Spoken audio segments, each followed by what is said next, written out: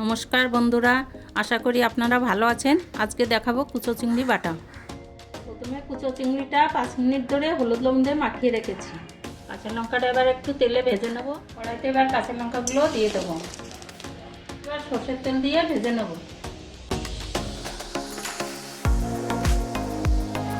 পেঁয়াজ কেটে রেখেছি, এর মধ্যে একটু হলুদ লবণ দিয়ে মাখিয়ে নেব।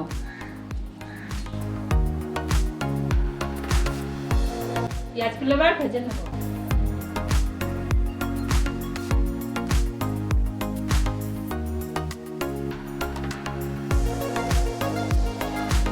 এবার তুলে দেবো। হলুদ লবণ দিয়ে মাখানো চিংড়ি মাছটা এবার তেলে ভেজে নেব।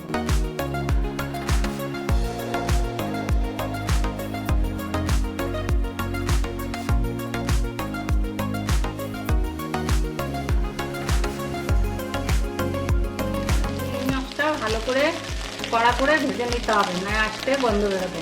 চিংড়ি মাছটা কড়া করে ভেজে নিয়েছি, এবার নামিয়ে দেবো। দিলে এবার লঙ্কা, পেঁয়াজ, চিংড়ি মাছটা সব এক এক করে বেটে নেব। এরপরে পেঁয়াজগুলোও বেটে নিচ্ছি একসঙ্গে। চিংড়িগুলো এর সঙ্গে একসঙ্গে বেটে নেব। সব কিছু ভালো করে মিশিয়ে মিহি করে বেটে নেব।